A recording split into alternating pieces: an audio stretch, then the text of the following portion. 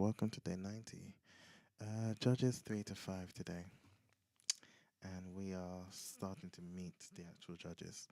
So, there were some nations left in the land, though Israel had, taken it, and as we saw in the last two chapters, they had started to, they divided the land, and were taking it. There were some nations left. And we read here that those nations were left to test those Israelites, to teach them about warfare, but then also to see if they will obey God's command, because we know when they obey God's command, then God fights for them and keeps them. And sometimes having a threat there is necessary. It reminds you, oh, there are these people here that will destroy us if we don't trust in our God. Well, unsurprisingly, they failed. They intermarried with them, and we know, as Balaam had advised, intermarrying of will get them worshipping other gods will uh, will take God's favor away from them, God's protection away from them, and that's exactly what they did. And so they did evil in the Lord's sight. And our first judge, Othniel, comes around.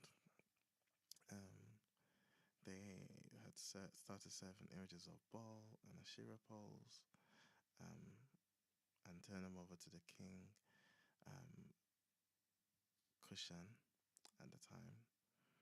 And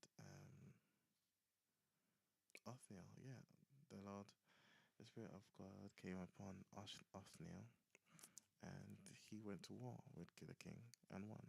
So fairly straightforward. But what we see here, the land there was peace in the land for 40 years. Often, or at least from what I've read and heard, isn't like 40 straight years.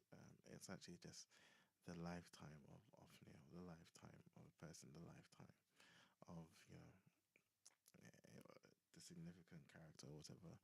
40 years is just like an arbitrary, not arbitrary, but it's just like a significant amount of time that covers a lifespan, or the rest of a lifespan, as it were. So often it was until the judge died, in this case, Othniel. Our next one is Ehud. In Ehud, we get a bit of a story, his assassination of the oppressing king.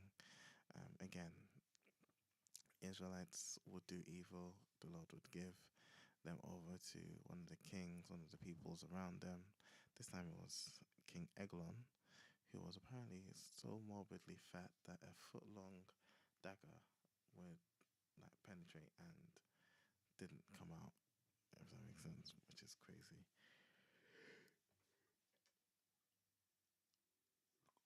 But we have Ehud, who again judges for um, a time. It's like 80 years, so significantly longer than Othniel.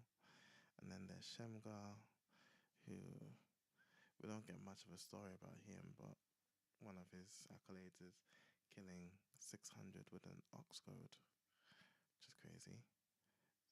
Then there was um, Deborah, who was more of a prophetess in Israel at the time, but when she gave the prophecy to Barak to go and then fight, he was unsure, unbelieving of the prophecy, and wanted to take the prophet with him.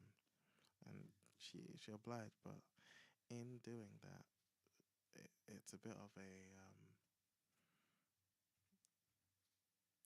not punishment. I can't find a better word for the men, that they had to take the prophetess with them.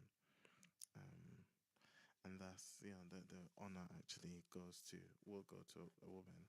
And indeed, the victory of the oppressor at the time, commander of the king's army, was Sisera, and he was actually killed by Jael, one of the ladies, who drove a tent peg through his temple into the ground.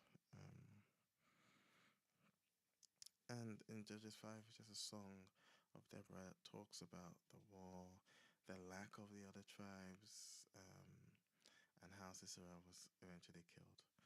So it's a fairly, yeah, it's fairly dark. Maybe not suitable for kids, but we start seeing this pattern repeatedly where Israel rebels or does the wrong thing, worships different gods. God hands them over. They become oppressed, cry out, and then God saves them. And His Spirit falls on someone in uh, in Israel, and that person leads them for a while, and then they go right back to their old devices. And we'll see more of that tomorrow in Judges chapter